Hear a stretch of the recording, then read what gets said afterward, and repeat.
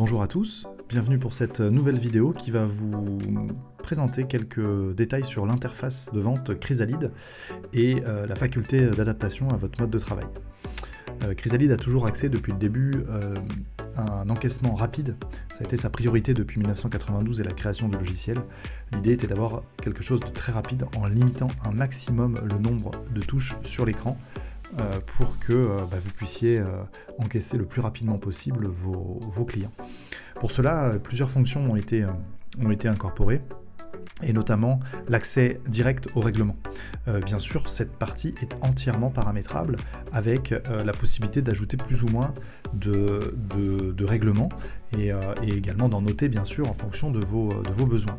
De même, on va pouvoir mettre en avant certaines fonctions.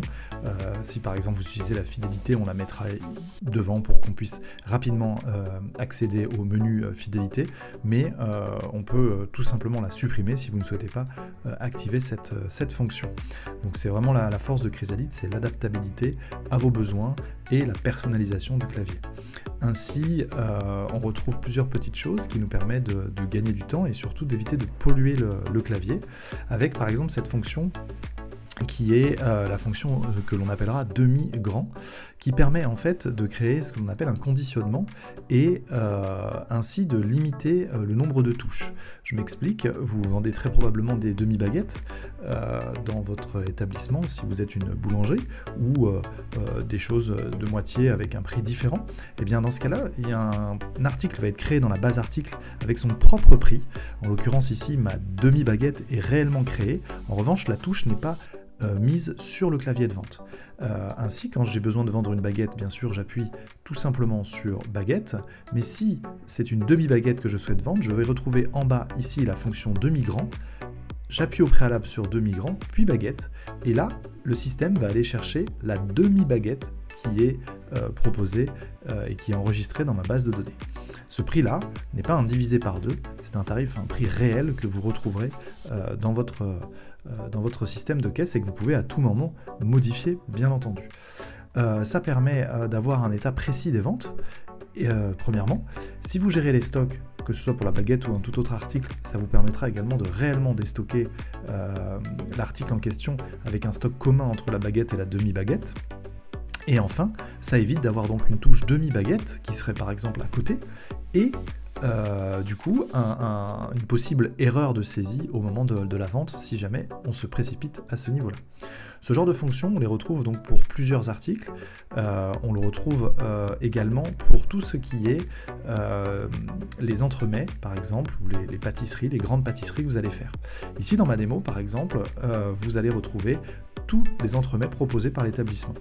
Vous pourrez constater qu'il n'y a que des entremets 4 personnes, avec un prix qui correspond à l'entremet 4 personnes.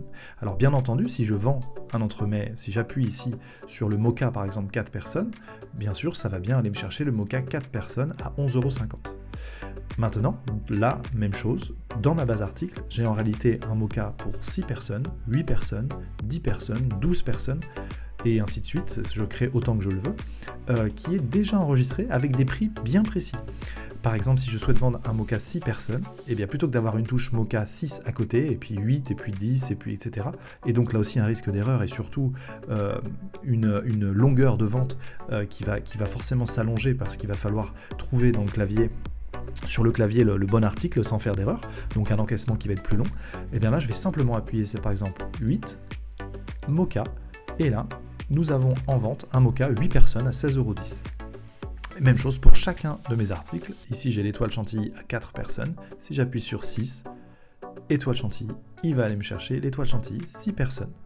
Si je dois vendre 2 fois la même pièce, 8 personnes, il me suffit de faire 2 fois 8 moka, et j'ai bien 2 moka 8 personnes à 16,10 € la pièce. Le total, 81,40 €, il ne me restera plus qu'à encaisser. Pendant que nous sommes sur l'encaissement, j'en profite, vous avez la possibilité d'encaisser en multi-règlement, avec par exemple un billet de 50 € qui aurait été tendu en espèces, un reste à régler de 31,40 €, réglé par carte bancaire.